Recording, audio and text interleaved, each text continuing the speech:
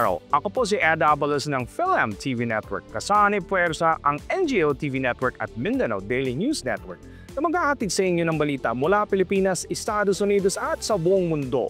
Para sa kauna-unahang Tri-Media News Program, ito po ang Pilipinas Update Global. US House of Representatives pinatawan ng censure si Representative Al Green matapos ang kaguluhan sa talumpati ni President Donald Trump.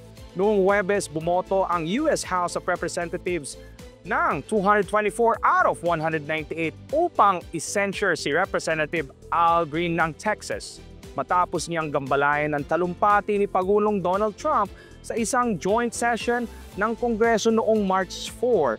Ang censure, isang formal na pahayag ng pagsalungat, ay ipinataw matapos tumayo si Green, iwagayway ang kanyang tungkod at sumigaw ng pagtutol sa imunkahing pagbabawas ng pondo sa Medicaid.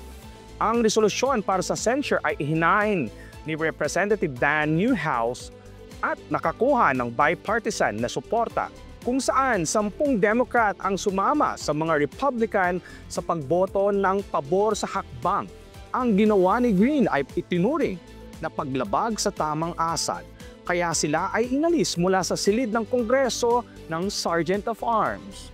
Bilang pagpapakita ng pagkakaisa, ilang kasamahang Democrat ni Green ang lumigid sa kanya habang nagaganap ang censure proceedings at sabay-sabay nilang inawit ang We Shall Overcome, isang kilalang awit ng kilusang pangkarapatang sibil. Dahil dito, kinailangan tawagin ni House Speaker Mike Johnson ang isang recess upang may balik ang kaayusan. Sa kabila ng censure na hindi naman nag-alis ng isang miyembro mula sa Kongreso o nagbabawas ng kanyang mga pribileyo, na natili si Green na matatag. Sinabi niyang hindi siya nagsisisi sa kanyang kilos at iginiit na patuloy niyang lalabanan ang mga polisiya na ayon sa kanya ay nakakasama sa mga mahihirap at nangangailangan na mamamayan.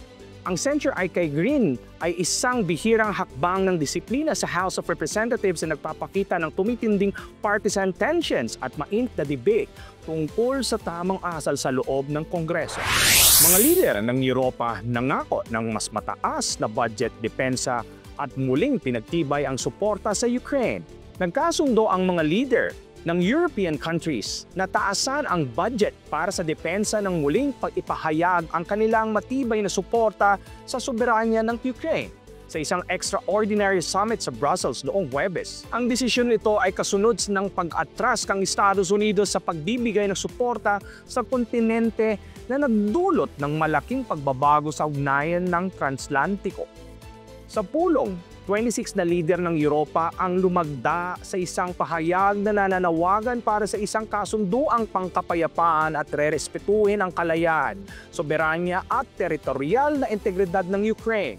Habang tinitiyak ang partisipasyon ng Kyiv sa anumang negosasyon, umiwas naman ang Hungary sa pagpirma sa naturang deklarasyon. Sa isang hiwalay na kasunduan, lahat ng 27 na lider ng Europa ay sumang-ayon sa mga panukalang maaaring magbigay ng bilyong-bilyong euros para sa gagastusing pangdepensa. Hinimok nila ang European Commission na maghanap ng mga bagong paraan upang mapadali ang mas mataas ng pambansang budget at sa depensa sa bawat miyembrong estado na binibigyan diin ang pangangailangan palakasin ang seguridad ng Europa laban sa lumalalang banta sa pandaigdigang politika. Ipinakita ng mga hakbang na ito ang pagsisikap ng Europa na maging mas independent sa depensa, lalo na habang lumalabo ang paninindigan ng Estados Unidos sa NATO at seguridad ng Europa.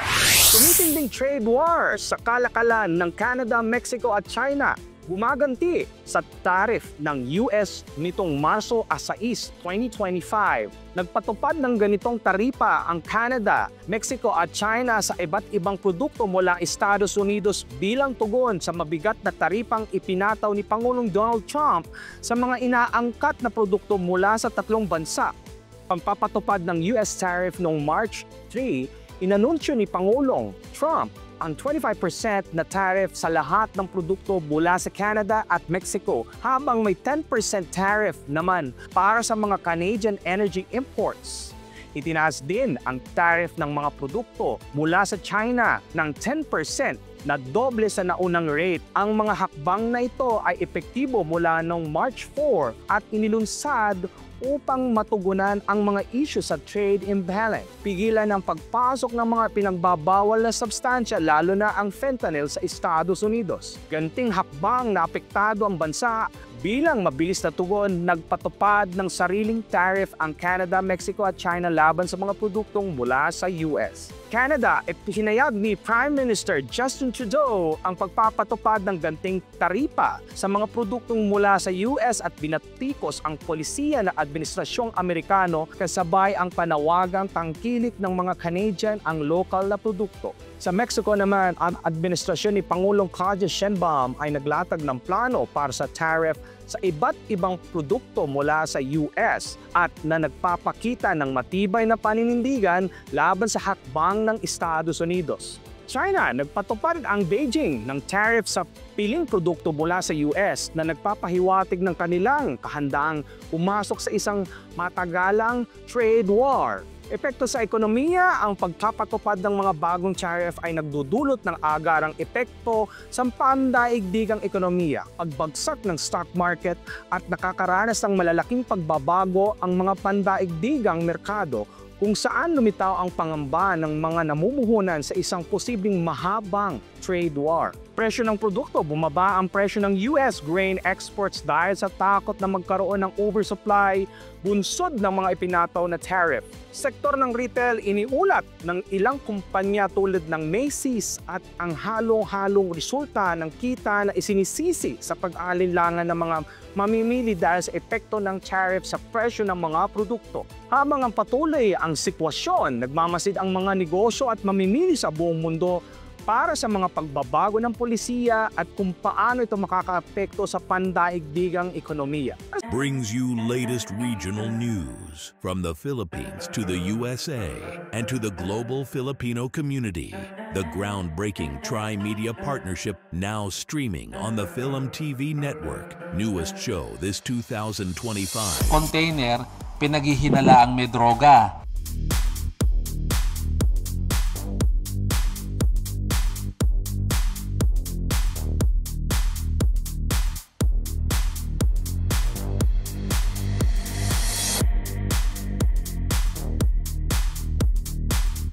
Pure Medical Equipment provides top-notch quality medical supply equipment. Whether to rent or buy, Pure Medical Equipment and Supplies has it all. Pure Medical Equipment is committed to serve and give back to Southern Nevada. We deliver medical supplies and rentals to your door. Film TV Network, the heartbeat of Filipino-American culture in the United States.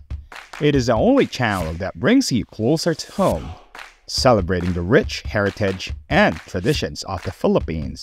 Available on free TV without any subscription and on digital platforms like Roku, Amazon Fire TV, WCE TV apps, Facebook, and YouTube.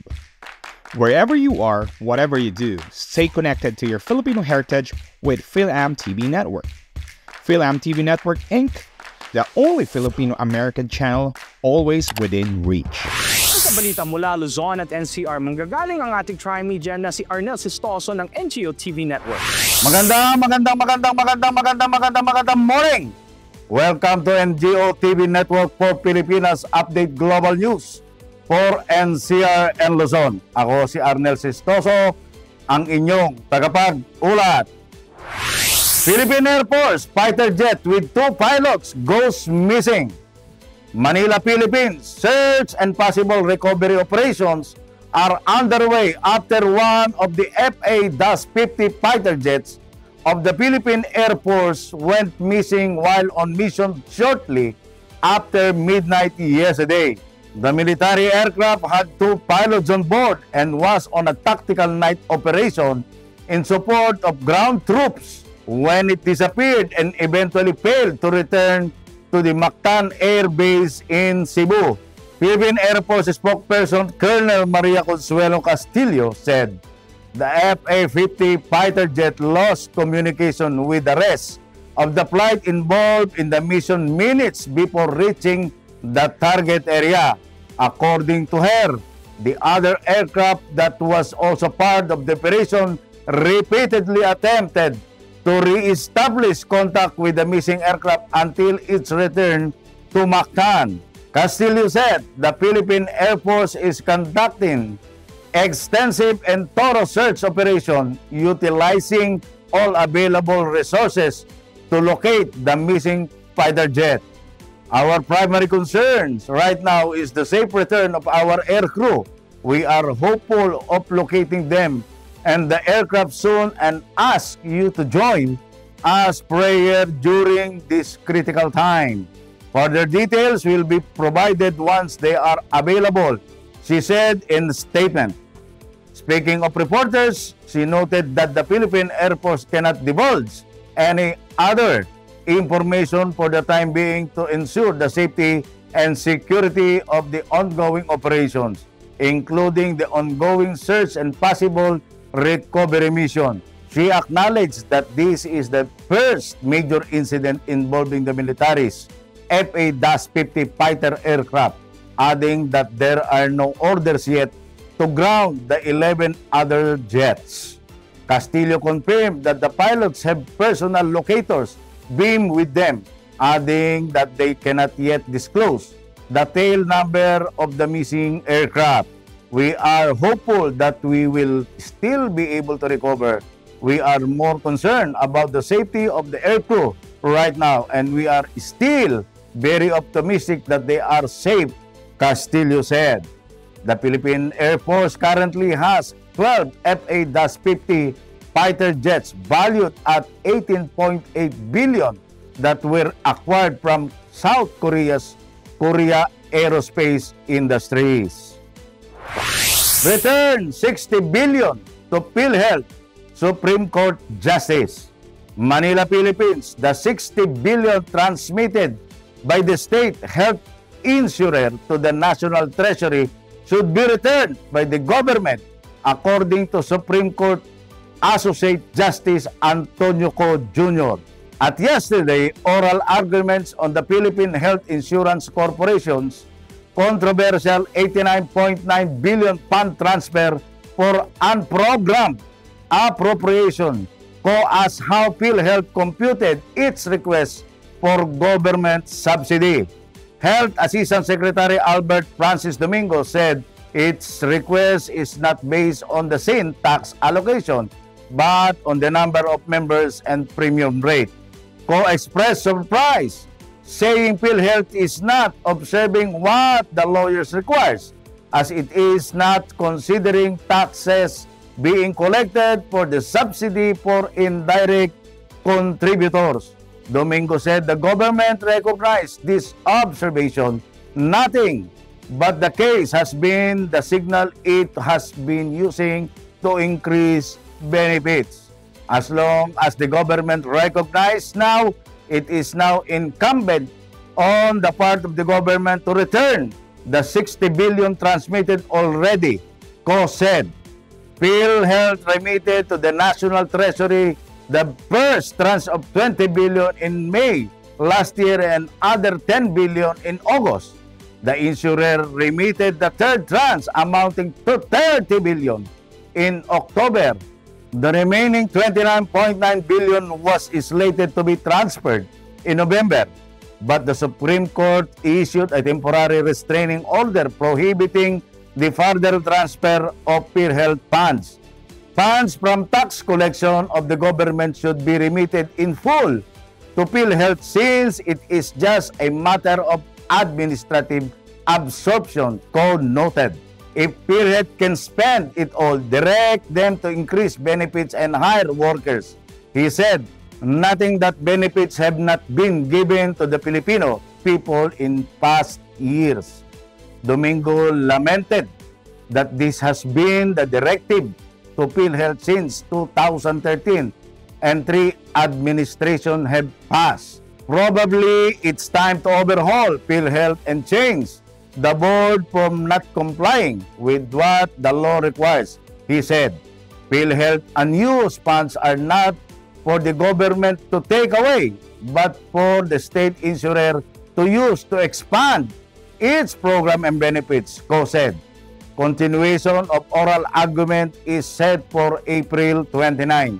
Meanwhile, PhilHealth has reported that members' registration has reached over 102 million as of December last year. Under direct contributors category, about 65 million beneficiaries, including members and their dependents, have registered with PhilHealth. For indirect contributors, there are about 36 million registered beneficiaries.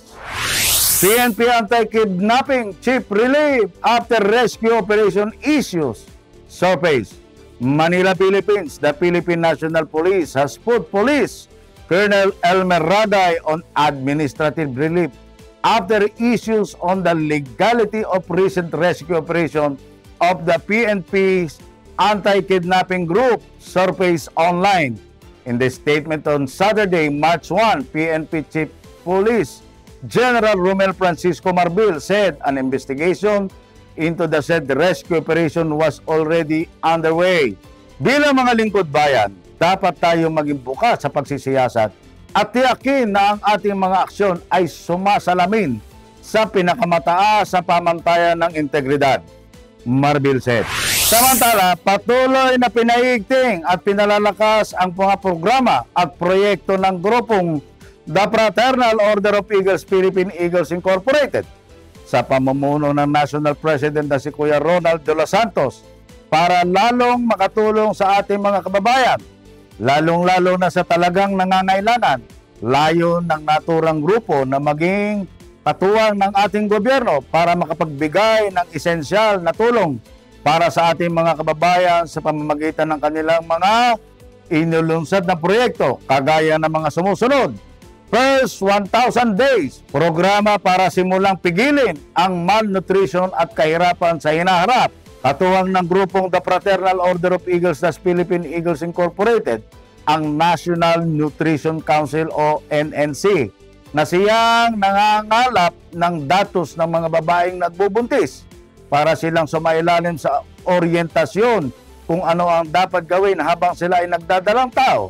Pagpapakain ng tamang nutrisyon para lumabas na malusog ang kanilang mga anak pagkatapos isilang. Dahil ang proyekto ay first 1,000 days, patuloy na imo-monitor at bibigyan ng tamang pagkain ang ina at ang sanggol hanggang umabot ng 2 taon. Sa ganitong paraan, malulutas ang malnutrition at poverty sa darating na 5 taon. Ang proyekto ay palalaganapin sa buong bansa. Plant a Tree Project, save the environment, save the Mother Earth, and save lives. Layo din ng proyekto ang pagsagip sa kalikasan.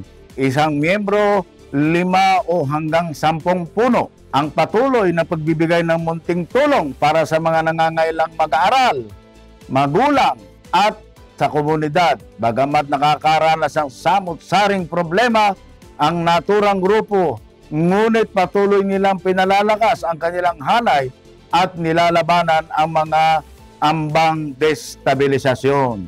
Brings you latest regional news from the Philippines to the USA and to the global Filipino community.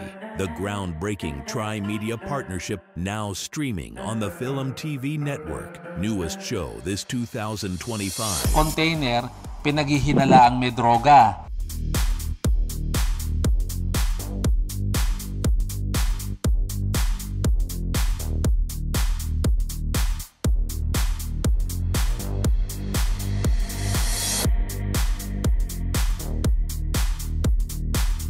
Pure Medical Equipment provides top-notch quality medical supply equipment. Whether to rent or buy, Pure Medical Equipment and Supplies has it all. Pure Medical Equipment is committed to serve and give back to Southern Nevada. We deliver medical supplies and rentals to your door. Philam TV Network, the heartbeat of Filipino-American culture in the United States.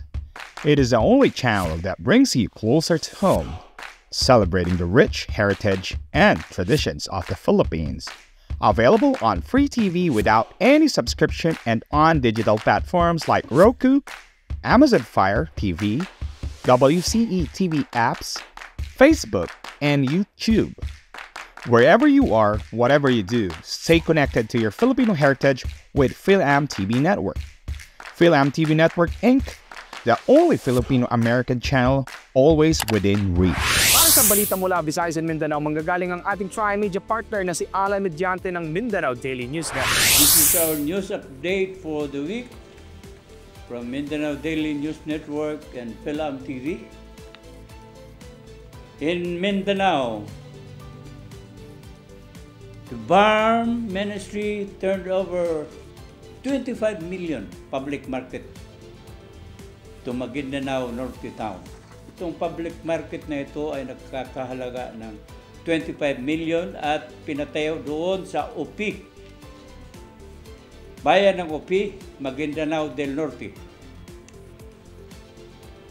The Bangsamoro Autonomous Region said that the project is a development engine for the upland town.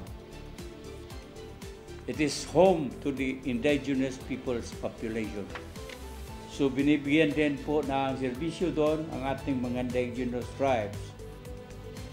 Ito'y inaasahan ang proyektong ito to bolster the economic resilience of LGUs by providing infrastructure and support for small businesses and sustainable livelihoods. Kaya nga meron tayong mga nagtitinda na nagkakaroon ng pag-asa sa kanilang livelihood dahil sa bagong proyektong public market na nagkakahalaga ng 25 million. Sa Cagayan de Oro City naman, dito po sa Cagayan de Oro, ang Bureau of Fire Protection Region 10 is urging the public to report fires before vlogging. I-report muna doon sa ating mga opisina sa mga fire departments kung saan malapit ang isang sunog. Kasi daw yung inuuna yung vlog muna, nagsishare sa Facebook, agad tuloy hindi agad maaksyonan dahil inuuna pa yung vlogging sa Facebook.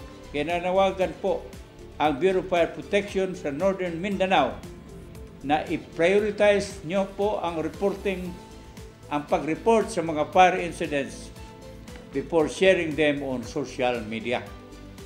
Fire Chief Superintendent Romel Tradillo of BFP-10 expressed concern because this is a growing trend where bystanders record fires for social media instead of immediately contacting the fire departments.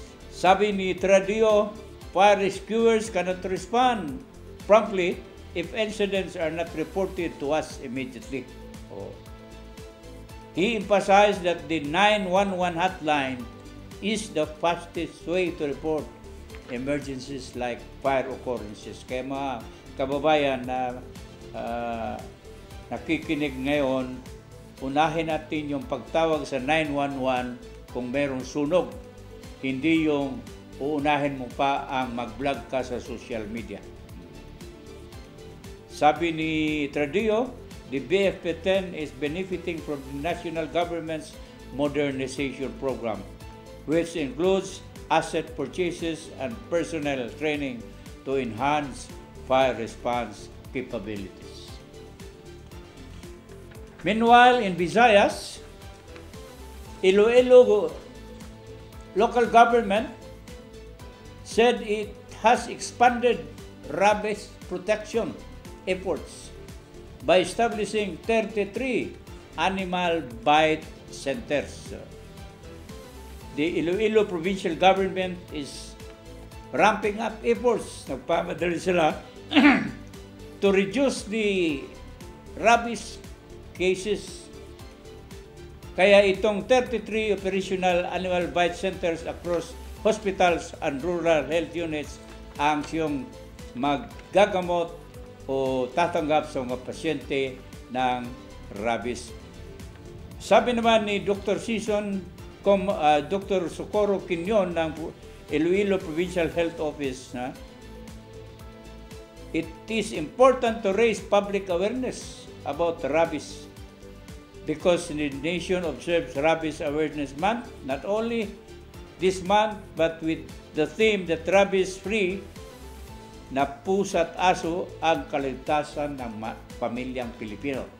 Because itong rabies po ay nasa ating mga aso at mga pusa. Kung hindi nasaksakan ng anti-rabies yung ating mga alagang hayop, lalo na itong aso at pusa, kung makakagat sila ay maaring magiging malubha ang pasyente na nakagat, mga bata o matanda man. Okay. Sabi niya, majority of our animal bites are caused by dogs because these are their pets at home.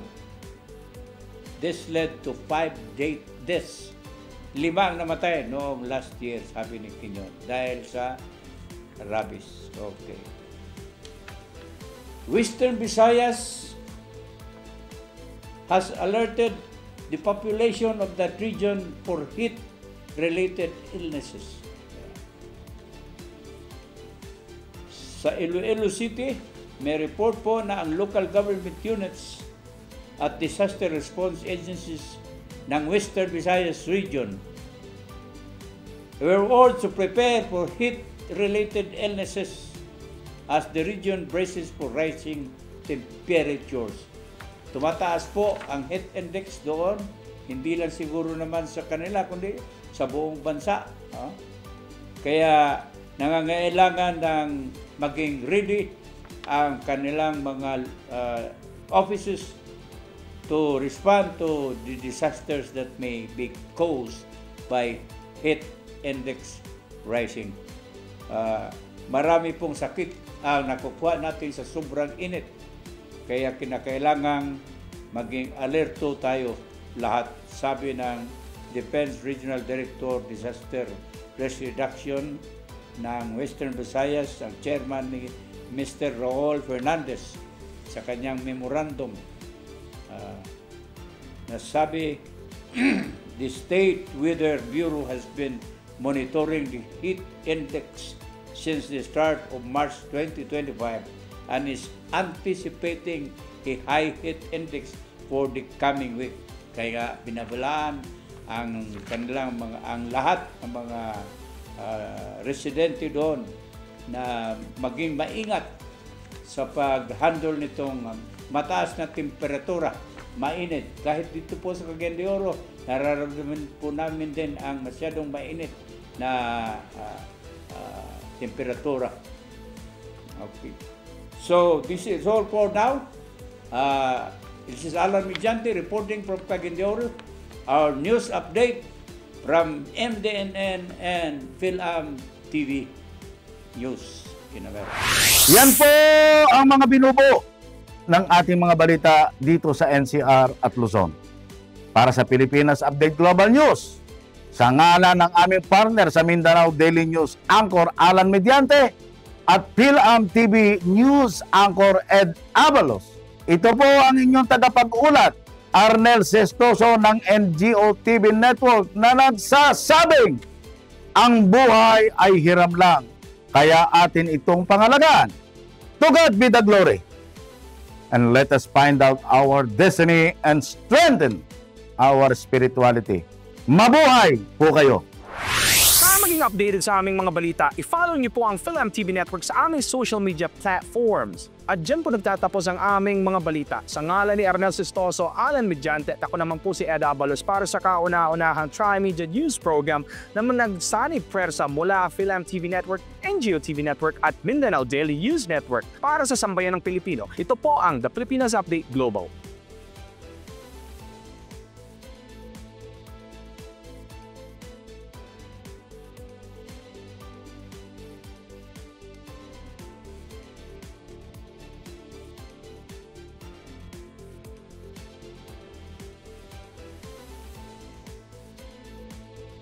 Pure Medical Equipment provides top-notch quality medical supply equipment. Whether to rent or buy, Pure Medical Equipment and Supplies has it all. Pure Medical Equipment is committed to serve and give back to Southern Nevada. We deliver medical supplies and rentals to your door. Philam TV Network, the heartbeat of Filipino-American culture in the United States.